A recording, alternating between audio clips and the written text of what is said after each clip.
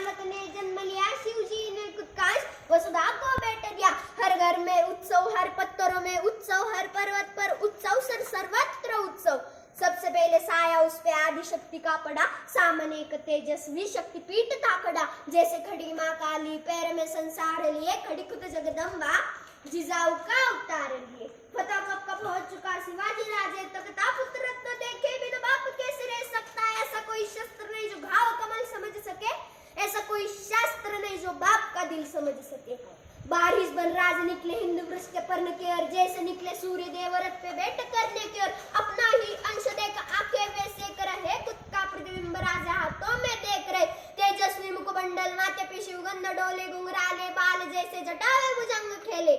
विधि का विधान कहने हरबट को बुला लाया, मंगल शनि बृहस्पति और ग्रह सारे लेके आया। एक एक ग्रह रखा कुंडली में कर विचार, हरबट के मुख से निकली वाणी कुछ इस प्रकार।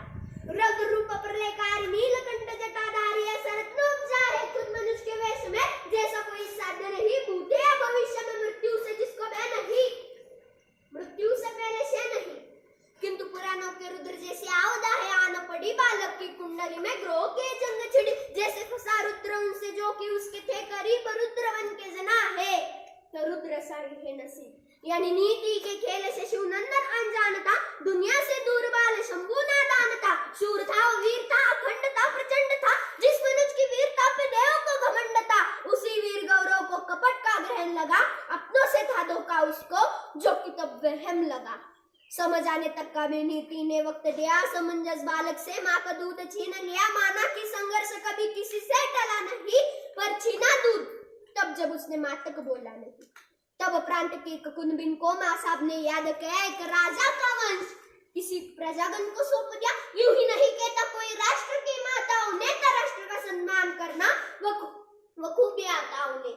धन्य माता राऊ जिसने बच्चे को स्तनपान दिया, जो रानियों से ना हुआ उस तख्त का सम्मान किया।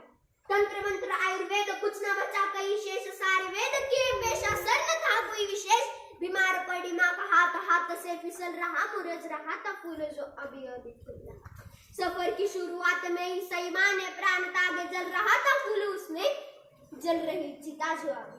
तभी बढ़ रहे स्वराज किसी कुर्फ की नजर लगी, पुरंदर की खातिर कई किलो पे मोहर लगी। राजे पे जुबा पर फिर भी मिर्जा को संदेह होता, जिस जुबा के खातिर वीरों ने त्यागा अपना देह होता। तो उसने अपने कैद में कोई नूरे अमानत रखा, 6 साल के संभाजी को बतौर जमानत रखा।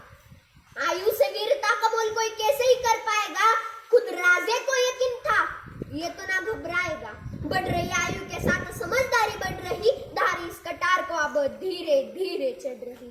राजे के नाम फतेह कोई आगरा से आया था, सालगिरह के मौके पे तहजीब से बुलाया था। वो सालगिरह का न्योता था या था कोई छिपा परे, क्योंकि अंत में लिखा था कुछ आलमगीर औरंगजेब। हाँ यही एक नाम सुन के कांपती हर सल्तनत, यही तो नाम पहुंचा हिंदवी के दर तलब। हाँ इसी ने तोड़े थे मंदिर, कई कई शिखर नादान था, जो तोड़ रहा उसी खुदा का दूजा घर।